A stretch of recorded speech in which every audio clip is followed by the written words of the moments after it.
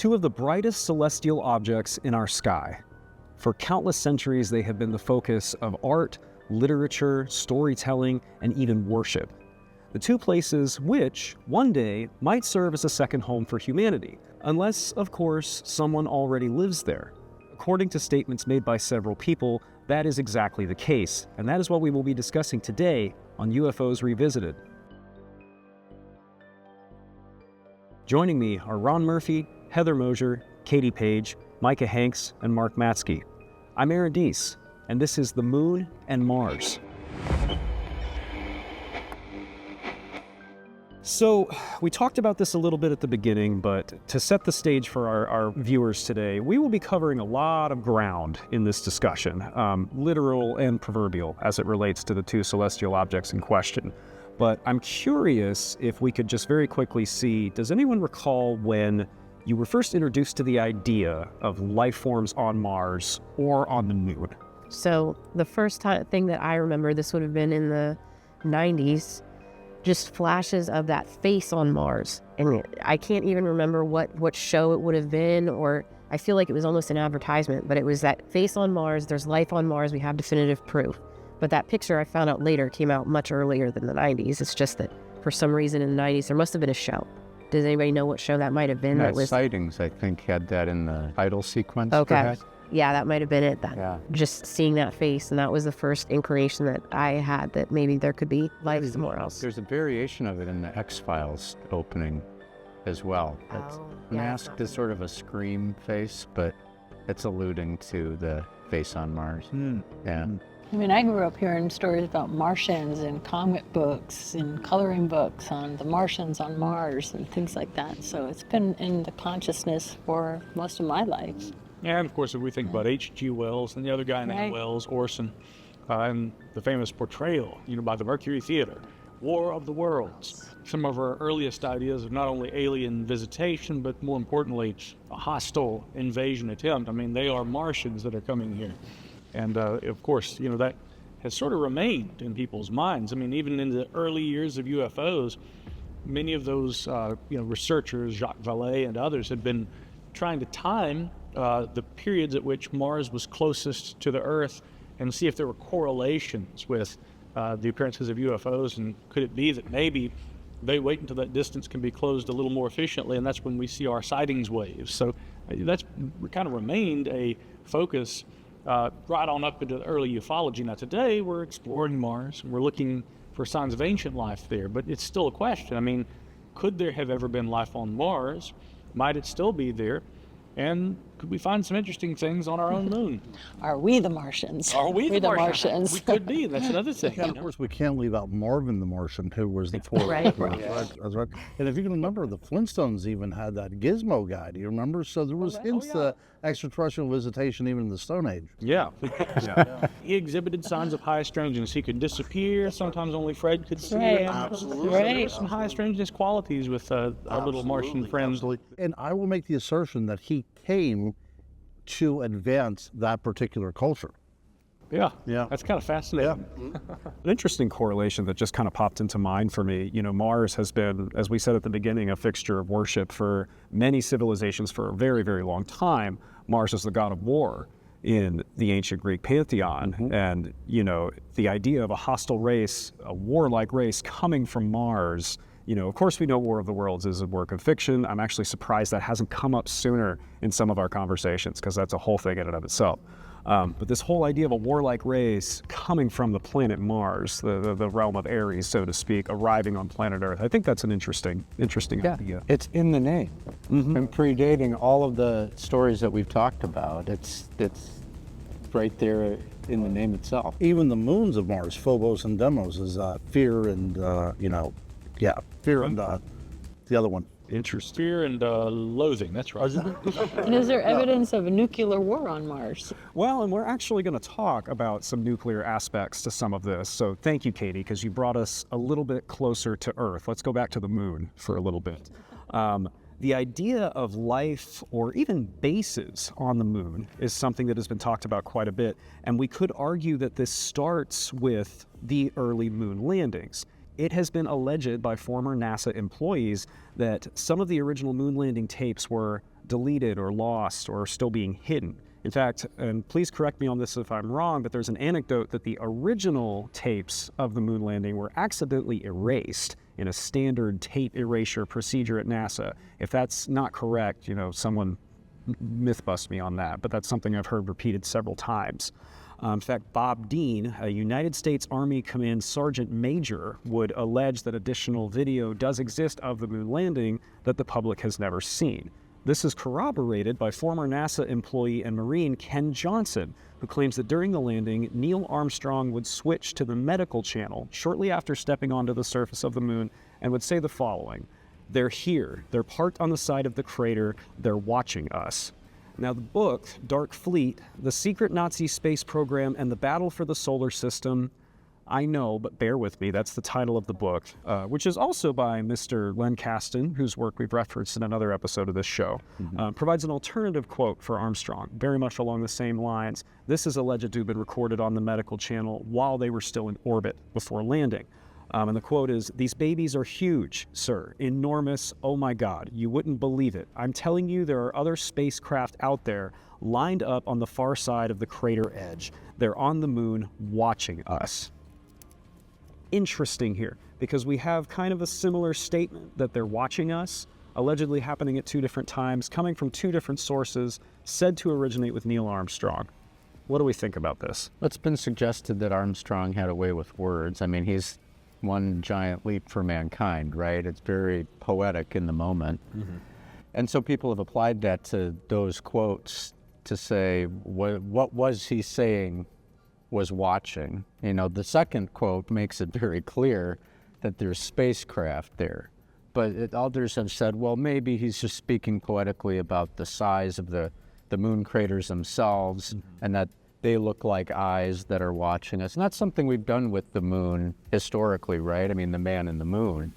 We've looked up there and kind of interpreted what we've seen in, anthropomorphic ways. And maybe that's what he was doing there. Some have suggested. But if it's more than that, then it seems pretty right on the nose. And there was something there that he was reporting. And as a contrast to that, a recent documentary on Armstrong was released, I believe on Hulu, and it features interviews with former coworkers as well as his children. And they both describe him as being a man of few words, who only spoke when he had something important to say. And I think that's an important aspect of this, if this audio does exist. Does anyone have anything on this audio? Have you heard it, perhaps, if it exists? Do we know anything about Ken Johnson and Bob Dean? I know Ken Johnson has a book, and he autographed my book, and he said they are out there. So I do know that Ken Johnson actually believes that there is a presence on the moon. But I wanted to make a statement about Apollo 11 and Neil Armstrong and stuff.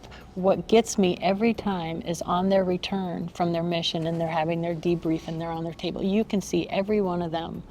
They were disturbed on some level, like they saw something and they're having to keep a secret, and just their demeanors, they're not like excited to be back or excited about the mission. They look disturbed to me, and that's always resonated with me on some level. As far as those two names you mentioned, I think the other one, probably Robert O. Dean, i.e. Bob Dean. I recall his very interesting perspectives on things, having some briefing documents about the UFO situation, having gone on to give some testimony, I think, to the Disclosure Project at various times about some of these things. The primary question I have about these, alleged and very explicit references to spacecraft parked on the edge of the crater watching us, if there are explicit mentions of spacecraft, I've wondered what the provenance of those reportings are. To my knowledge, of course, that's never been released. It's always come through whistleblowers who say that there are additional recordings, possibly utilizing the medical channel or something along those lines. On the other hand, if the terminology did not include spacecraft, and it was simply saying they're watching us, like you mentioned, Mark, and some have, posited maybe it was a kind of a eloquent way of saying, boy, she's big, she's looking at us right now, the moon. Possible, it really could be. But whether or not there's direct evidence of there being spacecraft, I mean, I do know that there are some really interesting photographs that seem to look like spacecraft-like things on the moon. But whether or not we can say that those are spacecraft is another question. Now, you cannot dispute, in my view, that there are some real anomalies on the moon. and that these have perhaps, fed into some of the questions we have. For instance, you look at crater Aristarchus. Crater Aristarchus has a very interesting anomaly that's been observed for, maybe the better part of the last 2 centuries by astronomers. And what happens is there's a small light that seems to emanate from near the center of Aristarchus, roughly equivalent to the brightness of a star. And this has been seen many times. Now, many would say, okay, what could be reflective enough that would produce something like that, and that predates our space program by so early? But now we've got some pretty high-resolution imagery of crater Aristarchus, and we can see it. The official explanation that they give is the albedo. It's the measure of the reflectiveness in that portion, in that region of the center, and maybe also, I would speculate, a degree of silicates that are actually present in the lunar regolith, the lunar soil, that are capable of reflecting light under the right conditions. But there are other strange things that have been observed too. These colorful bands or almost clouds of masses that have been observed by astronomers, and some actually kind of close to Aristarchus. There are what are known as the Blair cuspids, which are a little strange group of objects that cast shadows that Ian Fleming wrote, James Bond, Lan Fleming, another analyst with a similar name, and others investigated back in the 1990s. And the list goes on, and we'll get to Mars too, because Mars has its own share of these anomalies. So the question of whether or not truly technological anomalies were observed by the Apollo-era astronauts, I'd have to say, what's the source for that? But I would maintain there are some anomalies on the moon, and some really interesting stuff that I'd love to go up there personally and investigate. Yeah, and there are a lot of examples that perhaps we can't dive into all of them in detail, but in 2021, a photo was released that looks like some kind of a building. It's often referred to as a hut. It could very easily resemble a small cabin. We have another photo from the book I referenced by Mr. Caston a little while ago that is purported to be a very large, enormous spaceship that has crashed on the surface of the moon. We have another photo that was released in 2015 that's purported to be of a crashed UFO. And of course, all of these have reasonable scientific explanations. Of course, work has been done to debunk them. But as Micah says, there are these repeated and recurring anomalies when we talk about unidentified things on the moon. It's hard to write all of them off as that's a rock, that's a shadow, that's, speaking in layman's terms, I'm not a moon expert. Look, I've even gone over lunar reconnaissance orbiter imagery myself. I think back when the pandemic was going on and we were all, relegated to our homes and losing our minds. I sat there and went over LRO imagery, and you'll spot some really weird things. Angular features, partially buried, recessed in the regolith. And this is part of the reason why there are a number of scientists who I've spoken with, like astronomer Adam Frank, Jacob Haq-Misra, Ravi Kaparapu, and others. These are mainstream scientists who are saying, we should be applying artificial intelligence and image analysis and image recognition technologies to the lunar surface imagery that the LRO is collecting, and we should see if there isn't something strange up there, because hypothetically, a probe that might burn up during re-entry into Earth's atmosphere might come to rest rather gently in the slightly lesser atmosphere present around the moon. And so it might effectively have served like a big catcher's mitt and collected alien technology that could still be preserved there to this day. No kidding. Well, we have to go back to Mr. Armstrong again for a moment. He gave a speech at the White House in 1994, and it's a very eloquent, beautiful speech. Takes us back to he very much had a way with words. It was on the 25th anniversary of the Apollo 11 flight, and many of a more conspiratorial mindset, admittedly, have taken the end of this speech as confirmation of what some of these rumors entail. And he said, "To you we say we have only completed a beginning. We leave you much that is undone. There are great ideas undiscovered, breakthroughs available to those who can remove one of truth's protective layers." Now, this very easily could just be about the infinite possibilities of scientific discovery. This is a man who literally stood on the moon. I really like Armstrong. I wanted that quote in here just because it really speaks to the way he looked at life after returning from space. I think it's a beautiful, beautiful thing. But this is something he lived out in his life. In 1976, Mr. Armstrong would accompany explorer Stan Hall on an expedition to the Cueva de los Teos, a massive cave system formation in the Andes Mountains. This place exists. There's a historical society, and you can go see it under the right circumstances. But they were rumored to be looking for a lost underground city which contained these tablets that contained the entire history of humankind and may have been proof of ancient aliens. So, That's a very interesting line. We won't go too much into the ancient alien thing, but I do want to just mention it as to how this one person who is so pivotal in our journey into space is now connected to all of these rumors and stories concerning UFO and alien phenomena. In fact, I think there's some the moon was brought here. There's on record saying before the moon was here. So I question, the moon itself and what is it? There's some strange anomalies about the moon itself. The craters and how they're all relatively the same depth, and there's not any much variation between that, and it rang like a bell, and the size of the moon and many others. That's also very accurate. Yeah, I mean, the idea that the moon seems to have a bell-like kind of resonance. And as far as its origins, one of the new leading theories really is that this was the result of an ancient impact, that a piece of the Earth might have broken off. So when we're looking at the moon, as different as it looks, I mean, we are effectively maybe looking at kind of a piece of Mother Earth that remains up there. And really interesting theory is that, and this is speculative, but I mean, it may be that for life to exist on a planet like ours, in addition to having a Goldilocks zone in relative, distance to the nearby host star, or what we call our sun, that we might also have to have a satellite that governs the ebb and the flow of the tides. Right. Think about the way that so many organisms on our planet, they literally match their rhythms, their circadian rhythms to the moon cycles. I mean, you see this in so many different ways in nature. So, I mean, we're all kind of attached to the moon in a very literal way. Just read the old book from the 70s by Lyle Watson, Supernature, for more on that. And there are plenty of other studies in recent years, but it's just incredible stuff. So the moon is very much a part of all of us, you might say. And it's roughly the size of the Pacific Ocean. So if it came from any place, it probably came from that particular region. It is indeed a mirror of who we are, and I think that we mirror ourselves into it as well. It affects us. It's how you become a werewolf, right? So it has it draws things out. And the tall whites only come on a full moon as well. Well, we know, I do think it's important to mention as well that Buzz Aldrin has gone on record to refute claims of covered up photos and lost footage and things like that. In the documentary aptly titled Aliens on the Moon, which very much is trying to make the case and doesn't present Mr. Aldrin's remarks in the most neutral tone. But what he said, and this is not taking it out of context, this is what he said.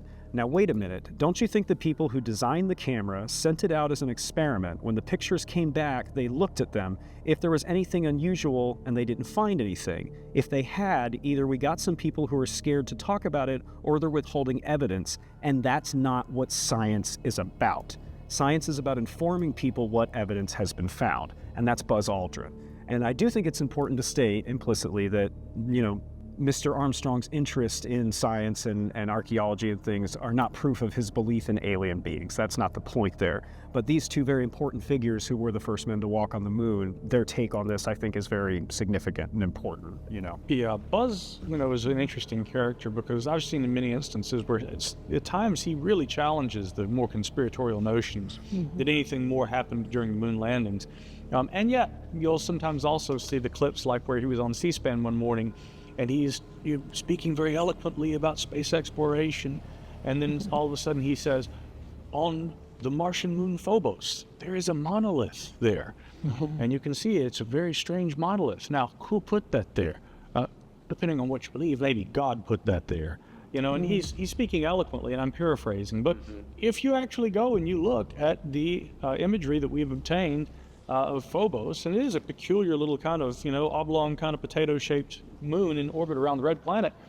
He ain't kidding. I mean, there is a large structural kind of looking object that casts a very lengthy shadow, effectively a monolith. Now, what's really peculiar about this is that usually if you have an impact or an object, you would think it would probably come to rest and would, be oriented with its lengthwise side facing down. This object is effectively, taller than it is in wide, and it casts a shadow that is indicative of its height. So imagery that we have obtained of this seems to clearly show that there's not only this tall object casting a lengthy shadow, but that also the way that the light strikes it gives the appearance of pretty well hewn sides. It has angular features too, almost like a skyscraper on a Martian moon. So when we come back to the peculiar names of those moons and the derivatives, the meanings there, it is rather interesting. And Armstrong, of course, or Aldrin in this case, sorry, Buzz Aldrin, he certainly was aware of that. And although I think he tries to always frame these things in scientific language that plays up the wonder and the spirit of exploration, he certainly acknowledges there's strange stuff out there that we haven't fully explained. And what Mr. Aldrin says there, I find idealistic, you know, because he's right. That's not what science does. But what about government science? Yeah. Yeah. Oh, that's true. Because on the face of it, what he says is absolutely, you know, in a perfect world, the ideal of science would be that we make these discoveries and share the knowledge with everybody. But in all the discussions that we've had so far, I think one bright line between all of them is that that's not how the real world works. And especially when you have governments involved that don't want you to know things, you're not going to know them. Yeah. And that's the conspiratorial angle that a lot of folks will take with approach, which is, you know, it has a pragmatic backing to it. It makes sense that on some level, if the government were aware of these structures on the moon or on Mars, where we will arrive shortly on our interstellar journey, that they might want to conceal that or at least handle very delicately the way that information gets out. We do have other former NASA employees, such as Dr. John Brandon Berg, who was a NASA employee hired to help look for bases on the moon. Also, Edgar Mitchell, the sixth man to walk on the moon, would provide quotes at various times about footage that was edited and copied and where he had seen bases in the original footage, which were then removed.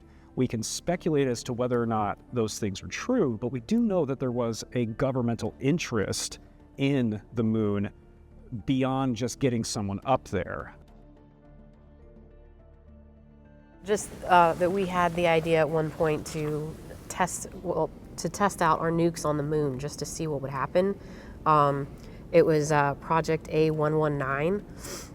This was in 1958. We kind of just kicked this idea around a little bit because we were also concerned that the Soviets were going to take a hydrogen bomb up. And so they're like, you know what, we'll just do one up. We'll throw a nuclear bomb up there. Sorry, I find this highly amusing. We ended up not doing that though, but the idea was that it would boost morale for the US to see, look what we can do. But then obviously decided against it because for a variety of reasons. One, if we mess up, we're just nuking ourselves if the bomb doesn't make it out. Two, what does that do to the moon? I mean, how delicate is the moon? What would that do to it? And then by proxy, if the moon is destroyed, then what happens to us? But for a brief moment, we had that thought, and we actually had put a team together to talk about the ramifications of that. And Carl Sagan was on that team, I guess. Yeah, so for a moment in time, we had considered nuking our own moon. We may not be that far, though, away from that. I mean, I have to say, we just in recent years heard Elon Musk saying maybe we could use a nuclear device on Mars. Right. And that could, start the melting process, right? So, I mean, hey, some, according to them, maybe similar ideas are still on the table, right? Yeah. My personal hope is that Operation Bomb the Moon never sees fruition. I will go on record to say that. I hope that's not too polarizing of a statement, but I'm glad that you mentioned Mars because that's an excellent bridge as we move into the rest of this discussion.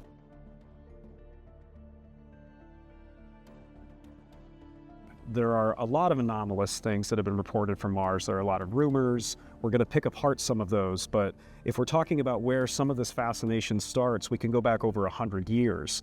On January 4th of 1901, the San Francisco Examiner newspaper would run a headline stating that Nikola Tesla, noted scientist who is well worth his own avenue of discussion. We just don't have time for it today.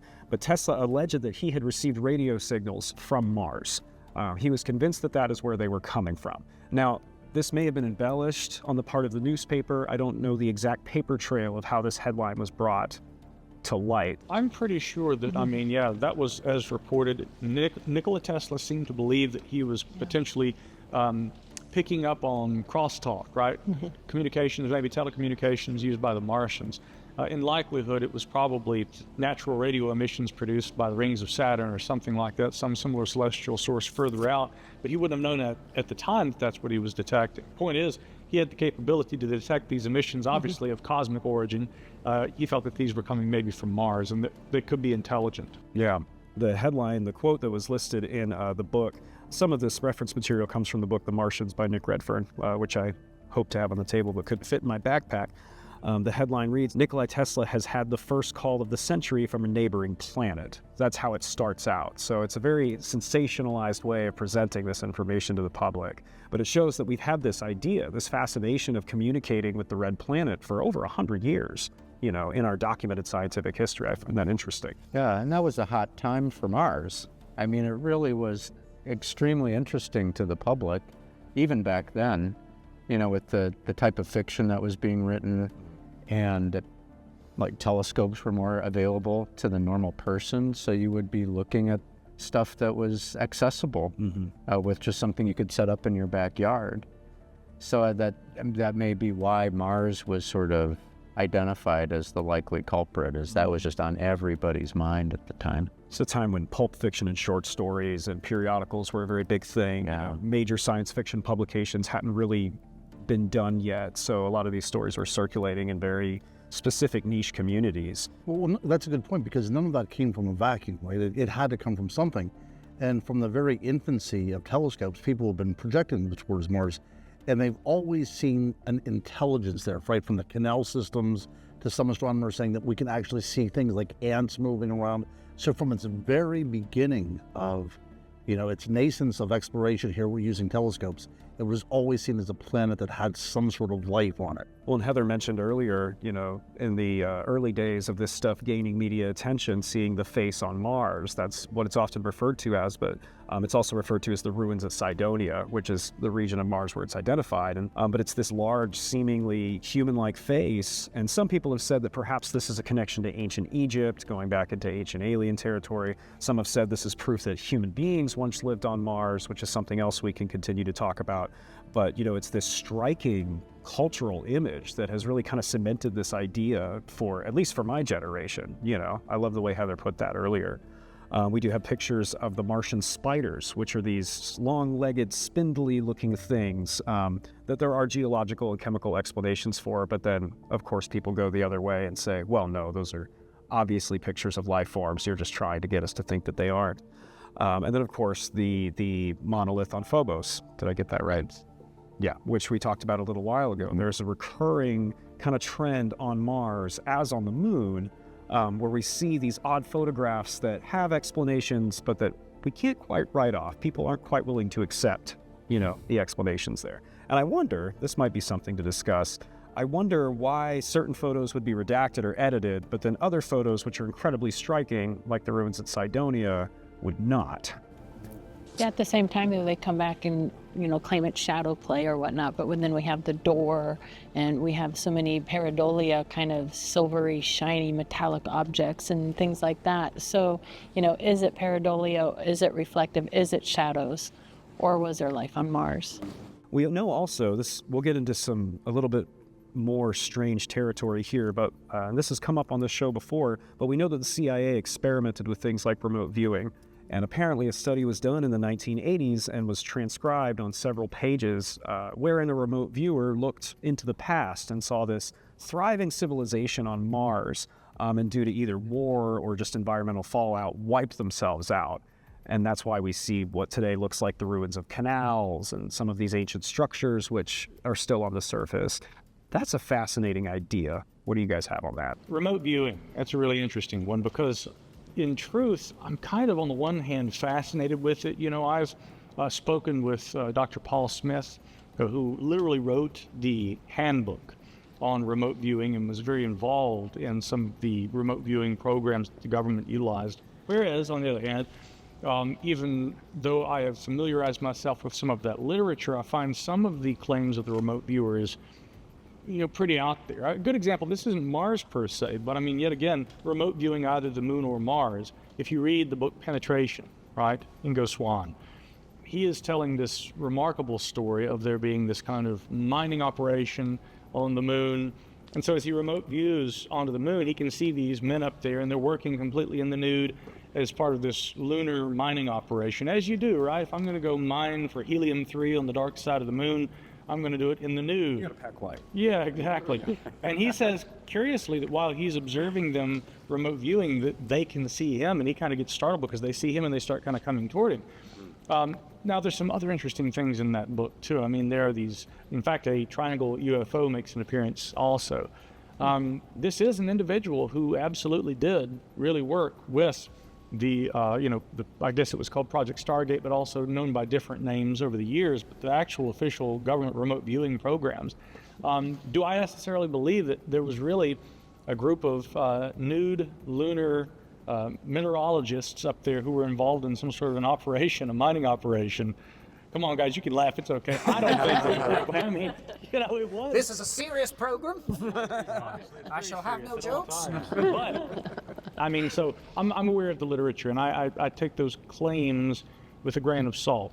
But that's not to say that remote viewing isn't necessarily always, less than credible. I mean, there have been some very interesting cases involving information that was reportedly obtained that way that seemed to have served a national defense purpose. And again, I've spoken to some of those people who say that, yeah, I mean, it certainly works and can be very useful in that capacity.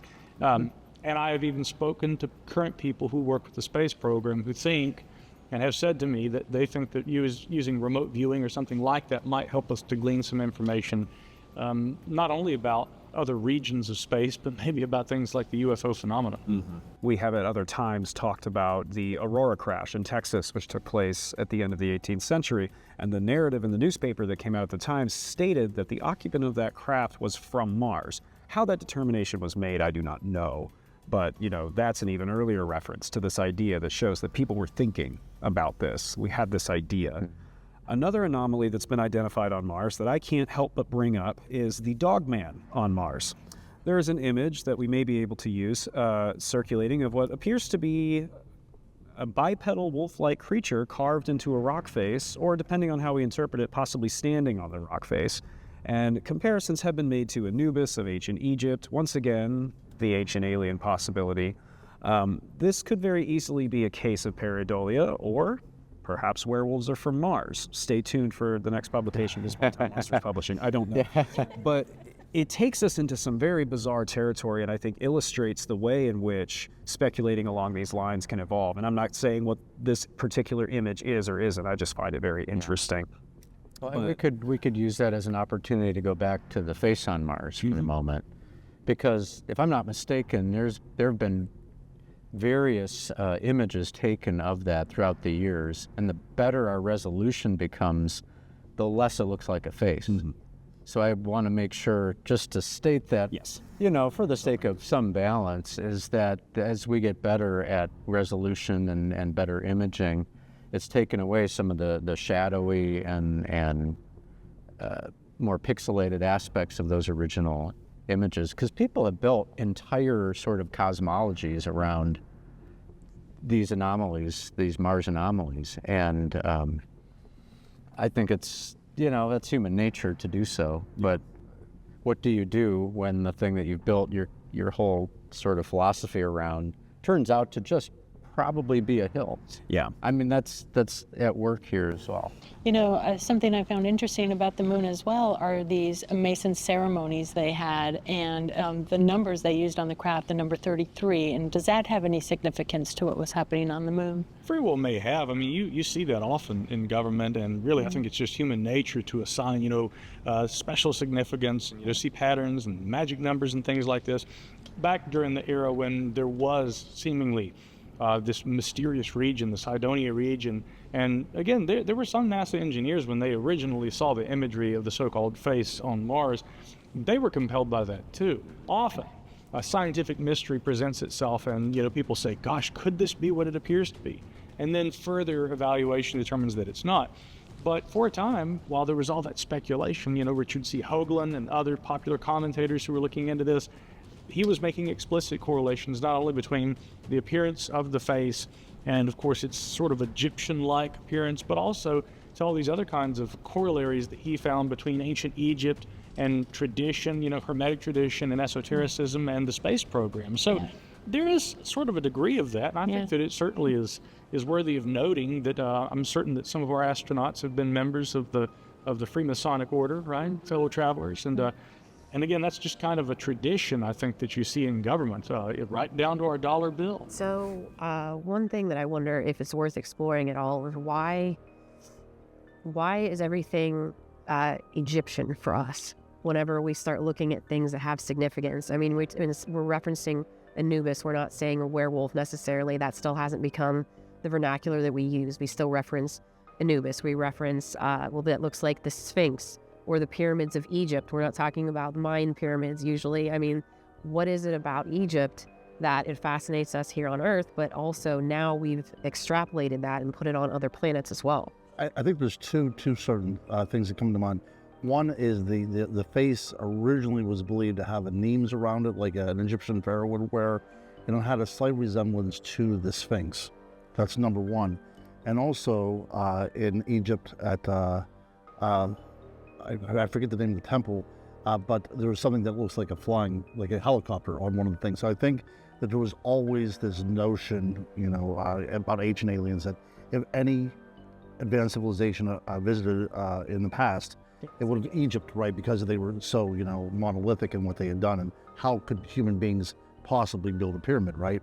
And then they just assumed it had to come from someplace else, and then they found this kind of smoking gun up there, and I think that is connected. But further look at the fact that, Egypt just remains truly one of the most iconic, ancient cultures, maybe one of the most iconic cultures ever to have existed. And archaeologically speaking, even though we know an awful lot about the ancient Egyptians, the methods that probably would have been used in the construction of the pyramids, haven't figured it all out. I'm not speaking from a speculative perspective here. I'm very interested in archaeology, and I'm speaking in terms of what conventional mainstream archaeologists would say. There are still a lot of questions about ancient Egypt. Still a lot of things we're still trying to wrap up. How this high civilization emerges in a relatively, fast period. A very short amount of time, springs into existence. And look at what they left to us.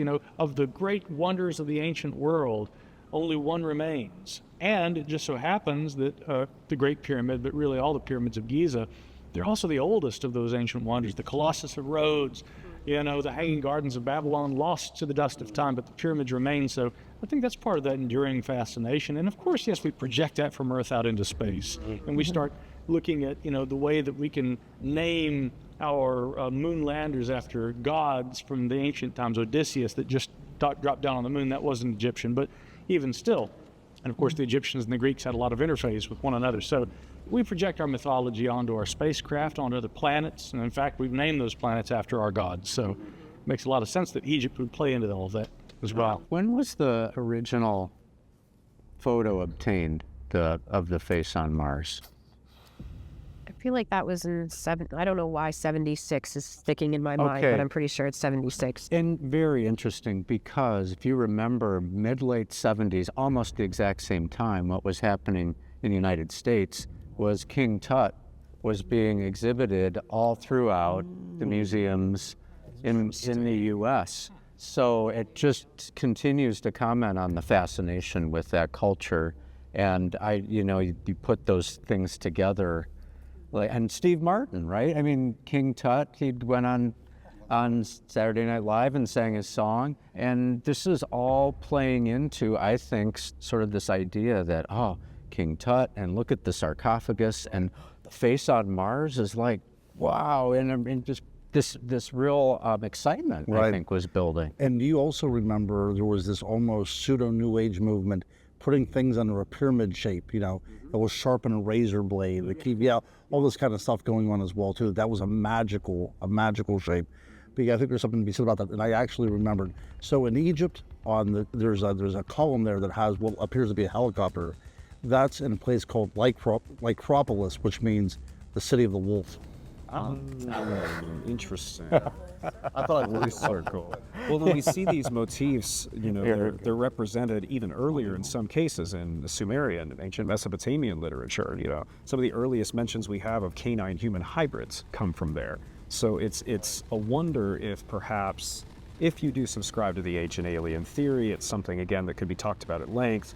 Perhaps these ideas are coming from space. We're visited to our ancient ancestors, and we've just continued to propagate them in our own terms as we go forward. It's a lot. We as human beings like to make gods in our own image, right? I think that was just a point too, that if they're in our image, then you could probably kind of work with them in a way. You could talk to them, you could understand why they do the things that they do, because life in reality is kind of chaotic and there's really no explanation for what's going on. So I think immediately you see nature being personified as human. The storms and the weather and all that other kind of stuff. Now, it definitely was happening in Mesopotamia, but the idea that it comes from above, right? That's what it is. So it descends down to us. So in order to understand what the gods want from us, there has to be a necessary transcendence to get up there. And I think that has always stayed with us, that up above us is this world of perfection. That's where the gods live. It's almost unknowable to us. But then you see little hints in stories as well, and in myths, even in the Judaic Bible. Every now and then a chosen one will get an opportunity to go up there into the ether, right? Into that perfection.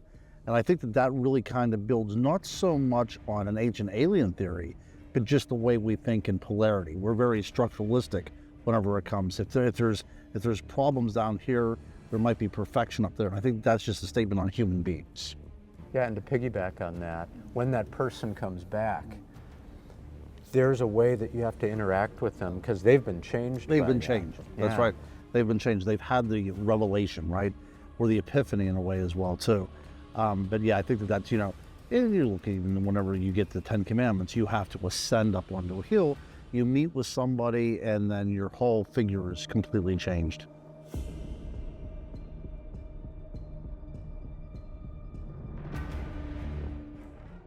As we've seen today, the topics of the moon and Mars have a propensity to spawn endless speculation. This may be for a number of reasons, but two things are sure.